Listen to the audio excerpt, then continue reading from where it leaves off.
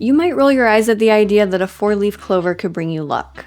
But scientists who study luck, yep, that's a thing, say some people really do seem to be luckier than others. And if you feel like things never go your way, you might be able to improve your odds.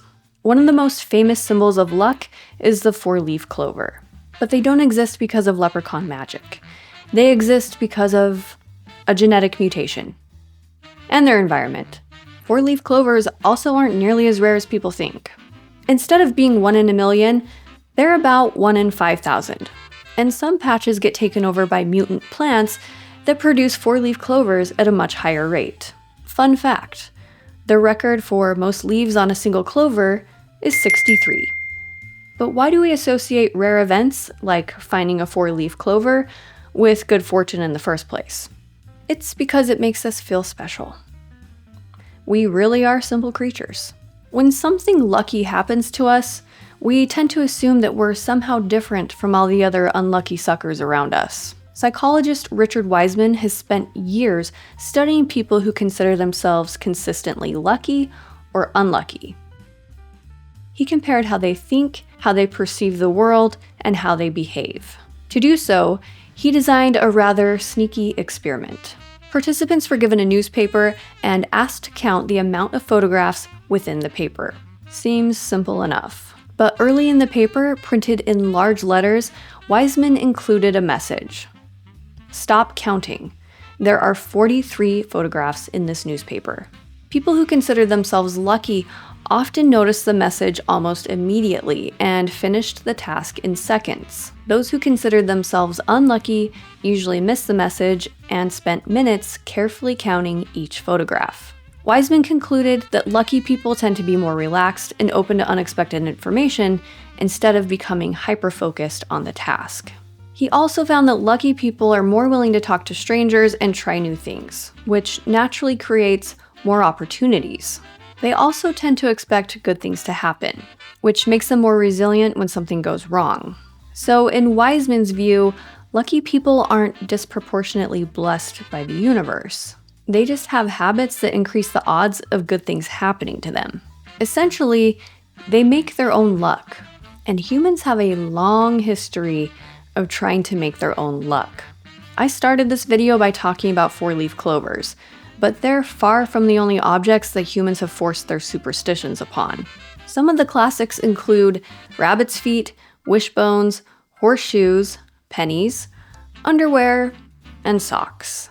And then there are the rituals that we've invented to try to get fate on our side. We knock on wood, blow on dice, throw salt over our left shoulder, wish on a star, cross our fingers, avoid stepping on cracks, making a wish. But here's the interesting thing about lucky objects and rituals. Science shows that they're a way for us to cope with anxiety and the feeling that we don't have control over a situation. We often invent our own rituals to deal with uncomfortable feelings. And athletes are famous for doing this. Serena Williams would wear the same pair of socks throughout an entire tennis tournament if she was winning. Michael Jordan wore the same pair of practice shorts under his Chicago Bulls uniform during every game of his professional career. We hold on to these objects and rituals to help us feel less anxious. And research shows it actually works. Our superstitions create a sense of structure and control, even when the actions don't directly affect the outcome. But that doesn't mean they have no effect at all. Experiments have found that performing a ritual before a stressful task can increase confidence, and that can lead to improved performance. Serena's socks didn't hold any literal magic, but they probably did help her feel more focused and confident. So even though it sounds silly to give so much power to a ritual or an object, there actually is a measurable benefit. And what's even weirder is that humans aren't the only ones who do this. In the 1940s, behaviorist B.F. Skinner put hungry pigeons in a box where they were delivered food at regular intervals. The pigeons were just doing their pigeon thing, and food would just appear.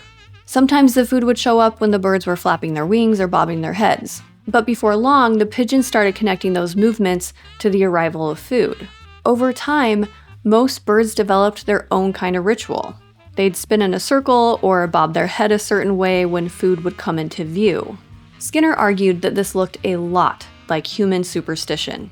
A few accidental successes are enough for us to connect an action to good luck, and we just keep repeating it. As I said, we're simple creatures. German psychologist Lisanne Damisch has studied how lucky charms and superstitions affect performance. Her study showed that test subjects performed better on tasks when they could bring a personal lucky charm with them. And participants who were told things like, "I'll cross my fingers for you," performed better than those who weren't. Results showed that people who had their lucky charm with them felt more confident, set higher goals, and persisted longer before giving up. The charm itself did nothing, but the belief in the charm's power reduced anxiety and boosted performance. It's a placebo effect for confidence. If you believe it helps, your brain and your behavior change enough that it actually does. So after all of this, if you feel like you're inherently unlucky, I hope you can see where this is going. And if not, I'll just tell you. You have some control over turning things around. What can we learn from lucky people? First, talk to strangers.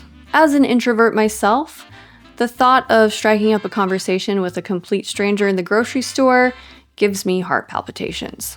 But the more connections we make, the more opportunities we're presented with. Second, don't become so fixated on a task that you shut out everything else around you. Look around, because sometimes the answer is right in front of us. In extra large, bold print. Third, try to reframe when something bad happens. Maybe someone cuts you off on the freeway.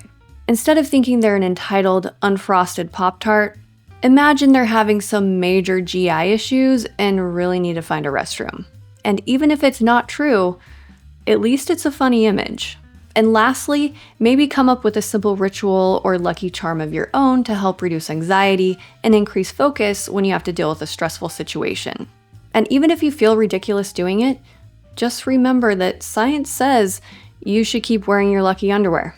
But do us all a favor and wash them regularly. Please.